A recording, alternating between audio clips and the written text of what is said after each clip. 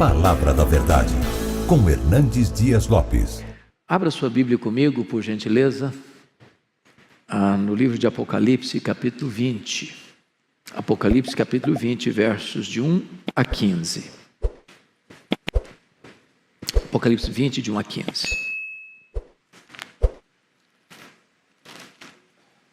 Eu queria que você acompanhasse comigo a leitura e, lido o texto, permanecesse com a sua Bíblia aberta. Está escrito o seguinte: Então vi descer do céu um anjo, tinha na mão uma chave do abismo e uma grande corrente. Ele segurou o dragão, a antiga serpente, que é o diabo, Satanás, e o prendeu por 1000 anos. Lançou-o no abismo, fechou-o e pôs selo sobre ele, para que não mais enganasse as nações até se completarem os 1000 anos.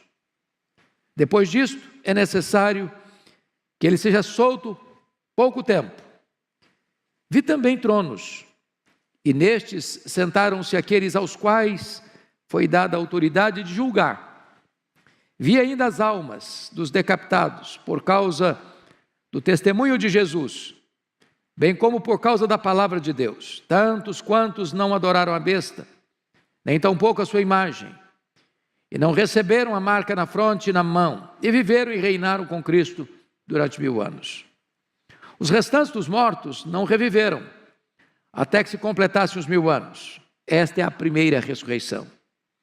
Bem-aventurado e santo é aquele que tem parte na primeira ressurreição. Sobre esses, a segunda morte não tem autoridade. Pelo contrário, serão sacerdotes de Deus e de Cristo, e reinarão com ele os 1000 anos. Quando, porém, se completarem os 1000 anos, Satanás será solto da sua prisão, e sairá a seduzir as nações que há nos 4 cantos da terra, Gog e Magog, a fim de reuni-los para a peleja.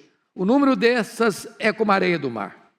Marcharam então pela superfície da terra e sitiaram o acampamento dos santos e a cidade querida. Desceu, porém, fogo do céu e os consumiu. O diabo, o sedutor deles, foi lançado para dentro do lago de fogo e enxofre, onde já se encontram não só a besta, como também o falso profeta, e serão atormentados de dia e de noite pelos séculos dos séculos. Vi um grande trono branco, e aquele que nele se assenta, de cuja presença fugiram a terra e o céu, e não se achou lugar para eles. Vi também os mortos, os grandes e os pequenos, postos em pé diante do trono. Então se abriram livros. Ainda outro livro, o livro da vida, foi aberto. E os mortos foram julgados, segundo as suas obras, conforme o que se achava escrito nos livros. Deu o mar os mortos que nele estavam. A morte e o além entregaram os mortos que neles havia. E foram julgados, um por um, segundo as suas obras. Então, a morte e o inferno foram lançados para dentro do lago de fogo. Esta é a segunda morte, o lago de fogo. E se alguém não foi achado inscrito no livro da vida, esse foi lançado para dentro do lago de fogo.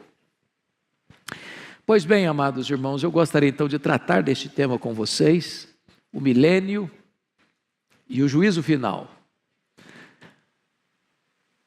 Primeira coisa que eu preciso afirmar, e com toda sinceridade e humildade, é que este capítulo é certamente o capítulo mais polêmico do livro de Apocalipse e talvez um dos mais polêmicos de toda a Bíblia.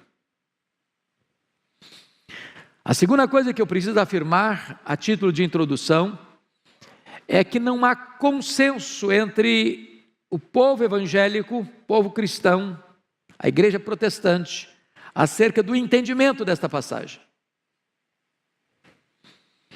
Por exemplo, os chamados pré-milenistas entendem que o milênio relatado neste capítulo sucede cronologicamente ao registro do capítulo 19, que fala da segunda vinda de Cristo. Portanto, esse texto seria um fato posterior à segunda vinda.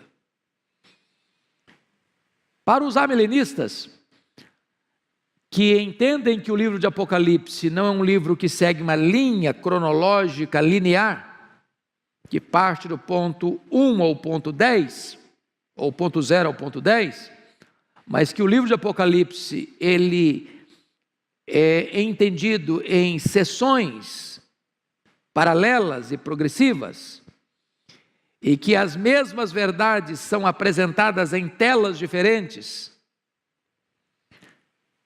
E nós teríamos 7 sessões paralelas, quais sejam: capítulo 1 a 3, os 7 candeeiros; capítulos 4 a 7, os 7 selos; capítulos 8 a 11, as 7 trombetas; capítulos 12 a 14, o quarteto do mal, o dragão, o anticristo, o falso profeta e a Babilônia; capítulos 15 e 16, as 7 taças da ira de Deus; capítulos 17 a 19, a queda do quarteto do mal por ordem inversa; e capítulos 20 a 22, a cena do reinado das almas, a prisão de Satanás e o juízo final, e os novos céus e a nova terra. De tal forma que, na perspectiva milenista, o capítulo 20 não sucede cronologicamente ao 19, mas retorna à primeira vinda de Cristo. Como o capítulo 11, por exemplo, encerra com a segunda vinda, e o capítulo 12 começa com o nascimento de Cristo. Então, é preciso entender que, para a perspectiva que eu vou abordar com os meus amados irmãos, o milênio não é algo que sucederá à segunda vinda, mas o milênio ocorre como um número simbólico que é uma descrição de todo o período entre a primeira e a segunda vinda de Cristo. A interpretação de um milênio literal enfrentaria algumas dificuldades que eu gostaria de levantar. Primeiro, nós não encontramos essa ideia em nenhum dos 4 evangelhos. Nós não encontramos essa ideia em nenhuma das cartas de Paulo. Nós não encontramos essa ideia em nenhuma das cartas gerais. Nem no livro de Hebreus, nem em Tiago, nem em Pedro, nem em João, nem em Judas. Portanto, a ideia de um milênio literal não é respaldada pelo Novo Testamento, apenas aparece aqui em Apocalipse 20. Segundo, o milênio fala de Cristo reinando fisicamente neste mundo. Essa é a ideia que se tem de milênio, quem pensa no milênio literal. Mas a Bíblia toda nos informa que o reino de Cristo não é político, não é físico, não é terrenal, mas é um reino espiritual. O meu reino não é deste mundo, disse Jesus. Terceiro, a ideia de um milênio na terra restabelece a ideia da preeminência dos judeus e reintroduz aquela distinção entre judeus, Israel e igreja. E parece-nos que é muito claro isso, e está posto isso lá em Efésios capítulo 2, que agora não tem mais essa distinção entre Israel e igreja. O Senhor Jesus só tem uma noiva, só tem uma igreja, só tem um rebanho, só tem um corpo. Ele é formado de judeus e gentios. Então não tem essa ideia de restabelecer Israel, como se a igreja fosse apenas um parênteses na história.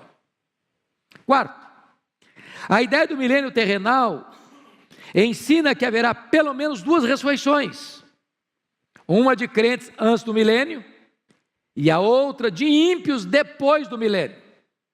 E parece-nos que está absolutamente claro na Bíblia que a ressurreição é única, de crentes e descrentes, porque está posto lá em João 5, 28 e 29, que os mortos ouvirão a sua voz e sairão dos túmulos, uns para a ressurreição da vida, outros para a ressurreição do juízo. Quando isso se dará? Na segunda vinda de Cristo. E Paulo diz isso: quando ele vier, os mortos em Cristo ressuscitarão primeiro, não primeiro em relação aos outros mortos, mas primeiro em relação aos que estiverem vivos. Então a ressurreição é única e se dará na segunda vinda de Cristo. Quinto, a ideia do milênio cria a grande dificuldade da convivência de Cristo glorificado e santos glorificados convivendo com gente não glorificada. Pense você com um corpo de glória, enfrentando gente indo para o banco, indo no supermercado, enfrentando o trânsito de São Paulo. É complicado. É um anticlímax. Difícil de entender isso. Sexto, como conceber a ideia de que as nações, estando sob o reinado de Cristo durante 1000 anos, de repente se rebelam contra Ele, para declarar guerra contra Ele? É outra situação adversa, para aceitar essa ideia de um milênio literal. E finalmente, todo o ensino do Novo Testamento é que o juízo é universal e seguirá imediatamente a segunda vinda de Cristo. Ele virá, se assentará no trono da sua glória e julgará as nações. Então o juízo final não se dará 1000 anos depois que ele voltar, mas imediatamente na volta dele. Bom, eu gostaria então, dito isto, de entrar na exposição do texto. E peço que você, com a Bíblia aberta, me acompanhe, porque eu quero tratar de quatro quadros distintos aqui. Primeiro, a prisão de Satanás, dos versos 1 a 3. O que significa a prisão de Satanás? Pois bem, amados, a Bíblia fala, lá em Apocalipse capítulo 1, capítulo 9, versículo 1, capítulo 9, versículo 11, capítulo 11, versículo 7, e nesse texto, que existe um poço do abismo, e que esse poço tem uma tampa, e que esse poço pode ser aberto, e que esse poço pode ser fechado, e que esse poço pode ser selado. É o que está escrito aí. Vi descer do céu um anjo, tinha na mão a chave do abismo e uma grande corrente, segurou o dragão, a antiga serpente, que é o diabo, Satanás, e o prendeu por 1000 anos, lançou no abismo, fechou e pôs selo. Agora preste atenção comigo. Esta é uma linguagem, meus irmãos, simbólica. Como praticamente todo o livro de Apocalipse é um livro de símbolos, de imagens, visuais. Você não pode pensar numa besta, por exemplo, com 7 cabeças e 10 chifres. Desenha isso, veja o que vira. Então, são símbolos que têm significados. Se o diabo é um espírito, ele é, porque os anjos são espírito, e o diabo é um anjo caído. Você não prende um espírito com a corrente. Você não prende um espírito e bota uma tampa. O que significa isso? Significa que esse ser maligno, que é o diabo, que é Satanás, que é a antiga serpente, ele tem sua autoridade e seu poder restringidos. Essa é a ideia da prisão de Satanás. Não significa, entretanto, que Satanás está inativo, mas está limitado. Nas palavras de Lutero, Satanás é um cachorro na coleira de Deus. Ele só pode ir até onde a coleira o permite ir e não 1 centímetro a mais. Deus põe limites. Limites. E qual é o limite que foi imposto a ele? Confira comigo o verso 3. Lançou no abismo, fechou e pôs selo sobre ele, para que não mais enganasse as nações. Então vamos entender o que significa isso, não mais enganar as nações. Primeira coisa que eu chamo a sua atenção é que, do ponto de vista de hermenêutica, né, pastor Arival, a gente aprende isso no seminário, e aprendo nos livros todo dia, que você não explica um texto claro à luz de um texto obscuro, mas você explica um texto obscuro à luz de um texto claro. Eu acho que serve para a teologia, deve servir para o direito também, acredito. A hermenêutica. Não é isso mesmo? Então, a pergunta é: o que é que o Novo Testamento tem a ensinar-nos acerca da prisão de Satanás? Isso tem a ver com a segunda vinda ou com a primeira vinda? Então, chamo a atenção de vocês para alguns textos. Primeiro, Mateus 12, 29. Vocês se lembram lá que o valente, que é o diabo, ele tem uma casa. Ele guarda em segurança todos os seus bens. Que bens são esses? Pessoas. Até que o mais valente, quem é o mais valente? Jesus. Entra na casa, tira-lhe a armadura em que confiava, a panóplia dele, amarra-o e lhe divide os despojos, arranca os bens dele da casa dele. O que significa isso? Que o diabo, Satanás, ao ser preso, ter sua autoridade, seu poder restringido, ele não tem condições de impedir que uma pessoa que Deus escolheu, por quem Cristo morreu, chamado pelo Evangelho, seja impedida de crer no Senhor Jesus. É o Senhor Jesus que amarra o valente, e o fez na primeira vinda, e não acontecerá na segunda, mas na primeira vinda. Lucas 10, 17 e 18, diz que quando os discípulos regressaram, os 70, possuídos de alegria, dizendo: Senhor, os próprios demônios se nos submetem pelo teu nome, mas ele lhes disse: eu vi a Satanás caindo do céu como relâmpago. Limitação de poder. Jesus Cristo disse em João 12, 31 e 32, chegou o momento de ser julgado este mundo, e agora o seu príncipe será expulso. Eu, quando for levantado da terra, atrairei todos a mim. O diabo não pode impedir isso. Louvado seja Deus, irmãos. Se o diabo pudesse, você e eu não estaríamos aqui nessa noite. Se o diabo pudesse, você e eu não teríamos crido em Jesus. Se o diabo pudesse, nós não teríamos sido alcançados pela graça, lavados no sangue do Cordeiro, selados com o Espírito Santo da promessa, e o nosso nome não estaria no livro da vida. Se o diabo pudesse, a igreja não poderia enviar um missionário sequer, e não haveria sequer uma conversão nos campos missionários. Seu poder foi o quê? Cerceado e limitado e restringido. Essa é a ideia. Essa é a ideia. Pois bem, o que significa? Preste atenção nisso. No finalzinho do versículo 3, é necessário que ele seja solto por pouco tempo. O que significa esse pouco tempo em que Satanás será solto depois do milênio? Veja bem, a Bíblia usa algumas expressões para definir esse momento final que vai anteceder a volta de Jesus. Primeiro, a apostasia. Segundo, a grande tribulação.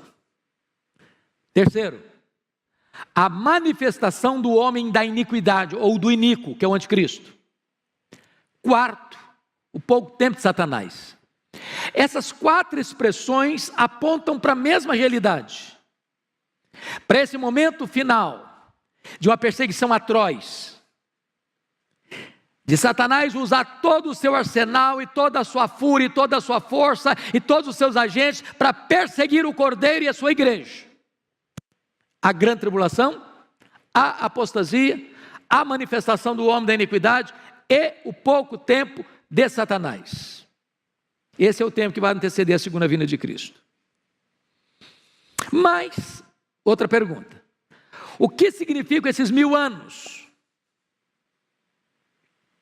O que significa esses 1000 anos? Como todo o texto é simbólico, por exemplo, o abismo, o poço, a corrente, a prisão, o selo que tampa o poço, o milênio também é uma linguagem simbólica. é um número completo. Milênio é um tempo que vai, portanto, da primeira à segunda vinda de Cristo. É o número 10 cubicado, pleno. É o exato período em que as almas estão reinando com Cristo. Por exemplo, o que acontece quando um crente morre agora? O que acontece? Primeiro texto, para pensar com vocês, 2 Coríntios 5:8. Morrer é deixar o corpo e habitar com o Senhor. Segundo texto, Filipenses 1:23. Morrer é partir para estar com Cristo, o que é incomparavelmente melhor. O que Jesus Cristo disse para o ladrão à sua direita que se arrependeu, ainda que não 10ª hora da vida? Hoje mesmo estarás comigo no paraíso. Então, quando um crente morre, diz Hebreus que o seu espírito é aperfeiçoado para entrar na glória. Nesse exato momento, a alma começa a reinar com Cristo no céu. Você sabe disso. O corpo foi feito pó, é pó e volta ao pó, é matéria. Mas a Bíblia diz que Deus soprou nas narinas daquele boneco de barro o fôlego da vida e ele passou a ser alma vivente. O que é a morte? A palavra morte significa separação. Quando uma pessoa morre, o que acontece? A alma dela ou o espírito dela separa do corpo. O corpo era pó, volta ao pó. Esta alma sobrevive sem o corpo não sobrevive sem a alma. A alma não é aniquilada. A alma não desencarna e reencarna de novo. A alma não vai para purgatório. A alma não fica dormindo. A alma do crente imediatamente vai para o céu e começa a reinar com Cristo. Nós chamamos esse período de período intermediário. O que é período intermediário? Que vai da morte à ressurreição. Está lá no céu. O Abel, por exemplo, foi o primeiro a morrer, sua alma dele está lá, o corpo dele está não. O corpo dele aguarda a segunda vinda de Cristo para ressuscitar. E de todos os demais. Então, esses 1000 anos, meus amados irmãos, é o período completo entre a primeira e a segunda vinda de Cristo. Vamos para o segundo ponto agora, o reinado dos salvos com Cristo no céu. Já estamos entrando nele, vamos de novo. Versículos 4-6, confira comigo, versículo 4, por favor. Vi também tronos, e nesses sentaram-se aqueles os quais foi dada a autoridade de julgar. Vêm das almas dos decapitados por causa do testemunho de Jesus, bem como da palavra, por causa da palavra de Deus. Tantos quantos não adoraram a besta, nem tampouco a sua imagem, e não receberam a marca na fronte nem na mão, e viveram e reinaram com Cristo 1000 anos. Vamos entender isso aqui. Vi tronos. A palavra tronos, irmãos, preste bem atenção no que eu vou lhes dizer. Aparece no Novo Testamento 67 vezes. No Novo Testamento. A palavra trono aparece só em Apocalipse 47 vezes. Porém, 44 vezes o trono que aparece é o trono de Deus. E todas as 44 vezes que o trono de Deus aparece, sabe onde ele está? No céu. Só 3 vezes o trono aparece na terra. 2:13, 13:2 e 16:10.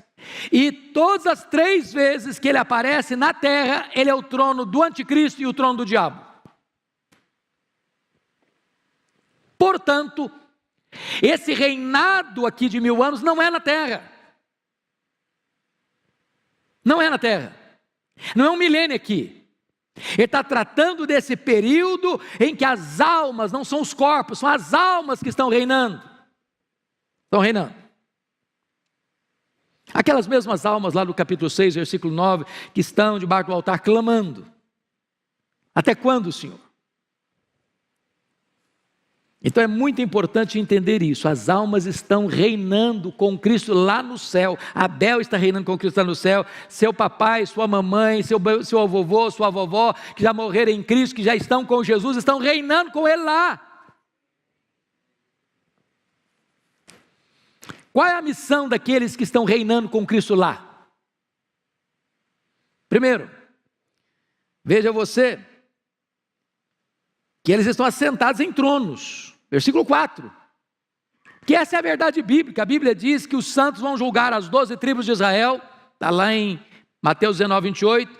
Que os santos vão julgar o mundo. Está lá em 1 Coríntios, capítulo 6, versículo 2. E vai julgar os anjos. Está lá em 1 Coríntios, capítulo 6, versículo 2. E Jesus prometeu à igreja de Laodiceia o seguinte: ao vencedor dar-lhe-ei sentar-se comigo no meu trono, como eu venci, sentei com meu Pai no seu trono. Então você e eu vamos assentar em tronos, para julgar. Julgar quem? As 12 tribos de Israel, o mundo e os anjos. Obviamente os anjos caídos. Eles participarão, portanto, da glória de Cristo lá no céu. Então, quem está lá? Os mártires e todos aqueles que morreram, vejam vocês, por causa do testemunho de Jesus, bem como por causa da palavra de Deus, todos os crentes. Todo crente que morreu está com Cristo lá no céu, reinando, aguardando certamente a segunda vinda de Cristo, quando haverá a ressurreição, e então um corpo de glória se unirá com esta alma que já está glorificada, para estar para sempre com o Senhor. Mas vamos a outra coisa, importante aqui, versículos 5 e 6 agora. Os restantes dos mortos não reviveram, até que se completasse os 1000 anos, esta é a primeira ressurreição. Bem-aventurado e santo é aquele que tem parte na primeira ressurreição.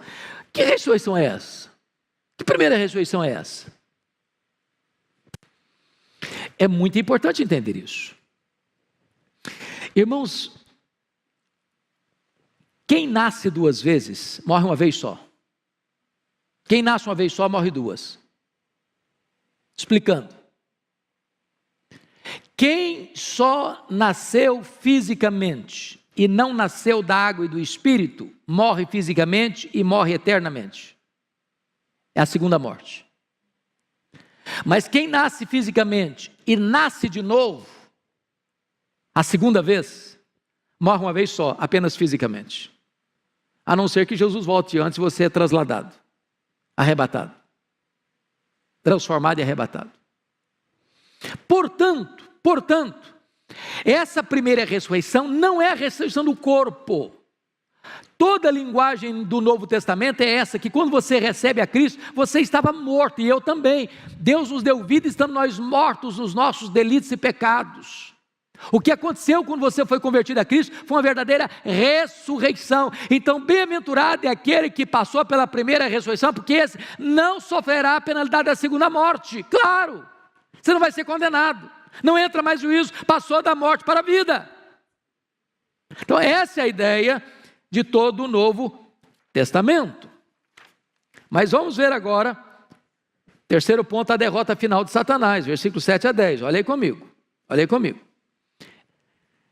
Quando, porém, se completarem os 1000 anos, Satanás será solto da sua prisão, e sairá e seduzirá as nações que há nos 4 cantos da terra, Gog e Magog, a fim de reuni-las para a peleja. Num dessas é como a areia do mar. Então marcharam então pela superfície da terra, sitiaram o acampamento dos santos, a cidade querida, desceu porém fogo dos céus e consumiu. Vamos entender uma coisa aqui. Há 3 descrições dessa batalha no livro de Apocalipse, capítulo 16, 14 a 21, capítulo 19, 19 a 21 e 27 a 10. Não são 3 guerras diferentes, é a mesma guerra, é a guerra do Armagedon, é a guerra final. São telas diferentes, descrevendo o mesmo fato. O que esse texto está querendo dizer? É que antes de Jesus voltar, irmãos, não esperem num otimismo irreal que o mundo vai melhorar, que nós vamos viver aqui num shopping center, com ar-condicionado. A coisa está pegando, e vai pegar mais,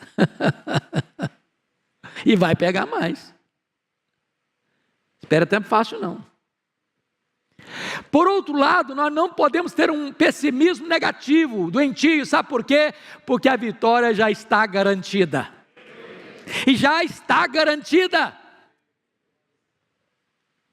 Irmãos, o final da história já está escrito, e a vitória é do Cordeiro e da sua igreja. Pode o diabo espernear, pode o inferno se agitar, pode o mundo fazer confusão, pode todo mundo virar e perseguir a igreja, e massacrar a igreja, e torturar a igreja, e prender os crentes, e matar os crentes. A vitória já está selada. Bendito seja Deus. Pois bem, amados, agora vamos para a cena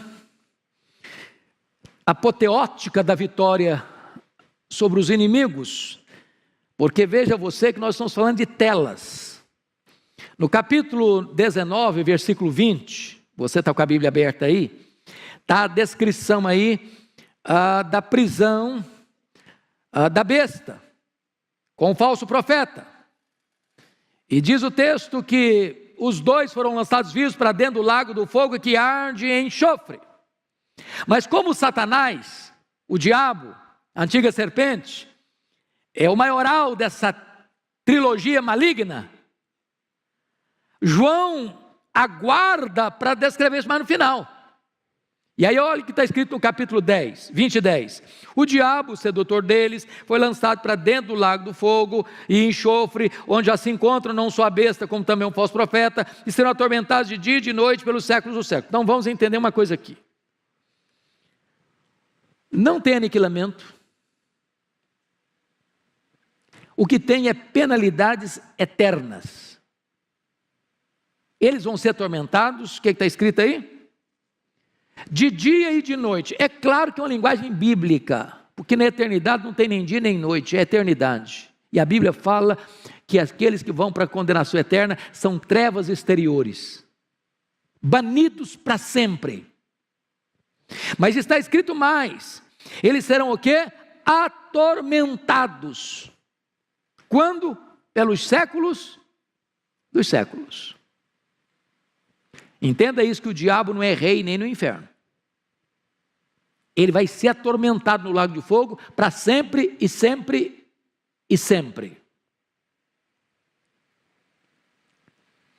Então tem muita gente enchendo a bola do diabo como se ele fosse o comandante, que ele mandasse, que ele reinasse, que lá ele faz... Não, ele vai ser atormentado. Bom, agora vamos para a cena do juízo final, versos 11 a 15, que é o último ponto que eu quero destacar. Primeiro, Cristo se assenta no trono como juiz. Olha o verso 11. Vi um grande trono branco. Obviamente, grande porque é o trono do universo. Julgar todas as nações. Ele é ao mesmo tempo universal e ele é também individual. Branco porque ele é um espelho da santidade e da justiça. E aquele que nele se assenta, de cuja presença fugiram a terra e o céu, e não se achou lugar para eles. Agora pense na majestade desse juiz, na grandeza desse juiz, na honradez desse juiz, que não macula sua toga, que não mancha suas vestes sagradas, que nunca deixou se subornar para condenar o inocente ou para inocentar o culpado. Ele é o reto juiz, ele é o justo juiz, ele é o próprio Cordeiro, ele é o próprio Senhor da igreja, ele é o próprio Salvador da igreja, ele é Jesus, ele foi escalado para essa função, ele é o juiz. E ele é tão glorioso, ele é tão majestoso, que na presença dele o céu e a terra ficam com vergonha e se encolhem. Segundo lugar, os mortos ressuscitam para o julgamento. Olha versos 12 a 14. Vi também os mortos, os grandes e os pequenos, postos em pé diante do trono. Então, quem vai estar lá? Todo mundo. Crentes, não crentes, grandes, pequenos, ricos, pobres, doutores, analfabetos, ateus, agnósticos, místicos,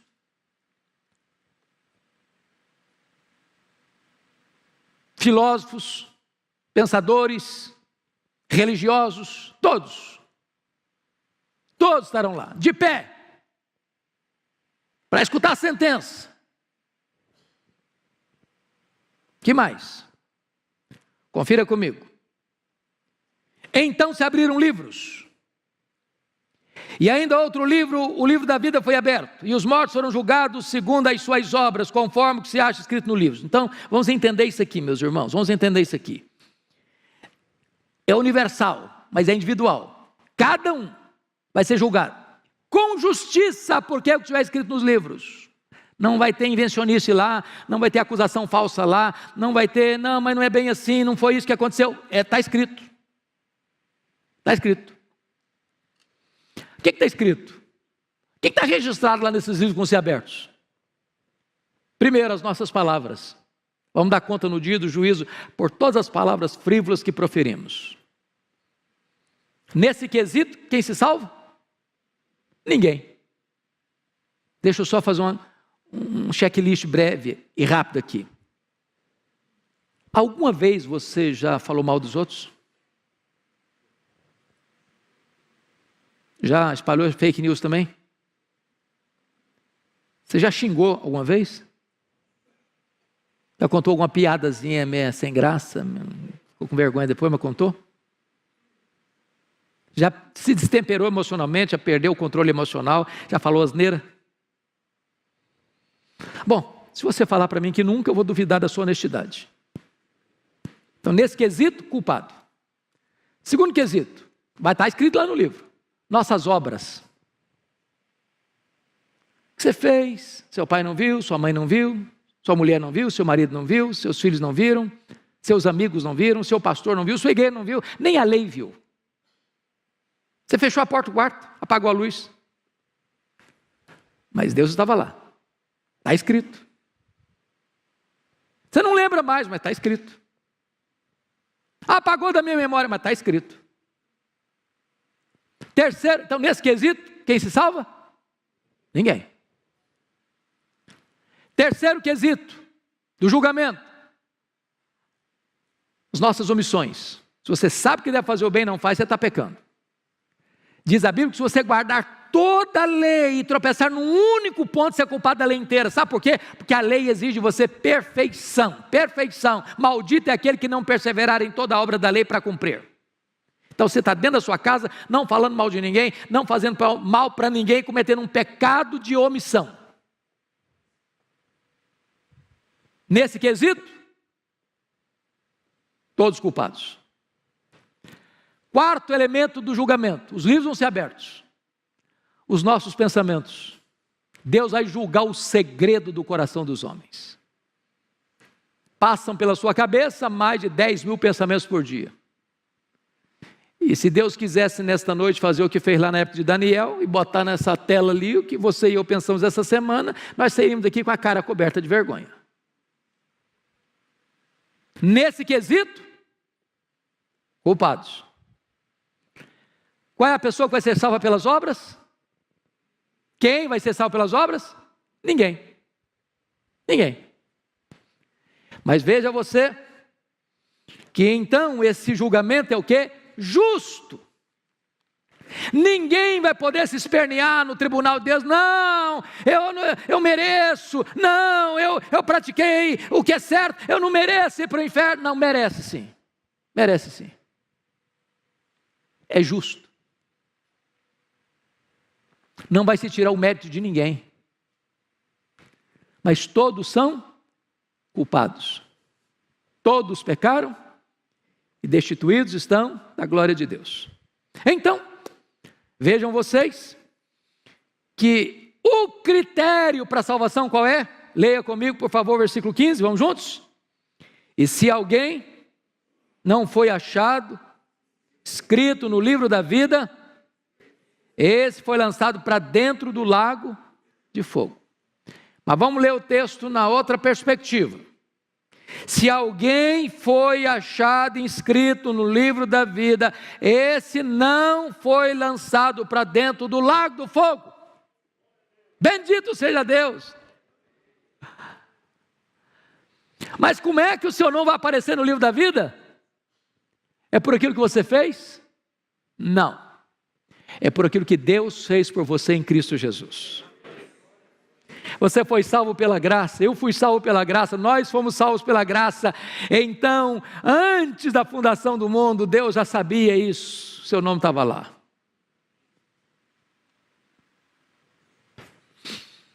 E aí você, em vez de ser lançado no lago do fogo, você vai ser convidado para as bodas do Cordeiro. E vai entrar para uma festa que nunca mais vai acabar. E você vai reinar com Cristo. E você vai se alegrar em Cristo. Você vai conhecer a Cristo. Você vai fruir a presença de Cristo. E você vai desfrutar da bem-aventurança eterna. Mas eu quero concluir olhando com você o versículo 14. Então a morte e o inferno foram lançados para dentro do lago do fogo de enxofre, ou melhor, para dentro do lago de fogo. Esta é a segunda morte, o lago de fogo. Como é que você vai entender isso? A morte é o estado, e o Hades e o inferno, ou Hades, é o lugar. A morte é o estado, o Hades, o inferno, é o lugar. A Bíblia diz que a morte é o último inimigo a ser vencido. E o inferno aqui, que é Hades, preste bem atenção nisso, é exatamente o lugar onde os ímpios são atormentados no estado intermediário. Lembra lá da parábola que Jesus contou, Lucas 16? E o rico, no inferno, estando em tormento, clamou: Pai Abraão, manda Lázaro que molhe o dedo em água e bota aqui na minha língua para refrescar-me. Depois da segunda vinda e do juízo, não haverá mais separação entre corpo e alma, nem no céu, nem no inferno. E a vitória de Cristo sobre os seus inimigos será completa e final. Quem vai estar lá? 19 e 20, o anticristo e o falso profeta. 20 e 10, quem vai estar lá? O diabo. Quem vai estar lá? 20 e 14, a morte e o inferno. Quem vai estar lá? Finalmente, 20 e 15, todo aquele cujo nome não está escrito no livro da vida. Os que não creram. A próxima cena do juízo é esta: vi novo céu e nova terra, os quais habita a justiça. O tabernáculo de Deus vem habitar com o povo, com o seu povo, e nós estaremos para sempre com o Senhor, desfrutando das bem-aventuranças eternas. Irmãos, a palavra de Deus é tão linda, é tão rica, é tão majestosa, é tão consoladora para o nosso coração. E eu queria concluir hoje com uma pergunta, muito solene, e a pergunta é esta: você que está aqui hoje, que veio aqui hoje, você está preparado para este grande dia?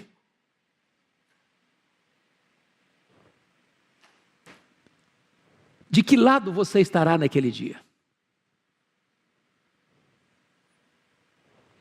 Segunda pergunta: hoje, agora, você já está debaixo do sangue do Cordeiro? Ou ainda você está debaixo do peso e condenação dos seus pecados? Terceira colocação: hoje é o tempo oportuno, agora é o momento de você se arrepender e voltar-se para Jesus enquanto é tempo. Hoje, Ele pode ser o seu advogado. Amanhã, certamente, Ele será o seu juiz. A decisão é sua, intransferivelmente sua.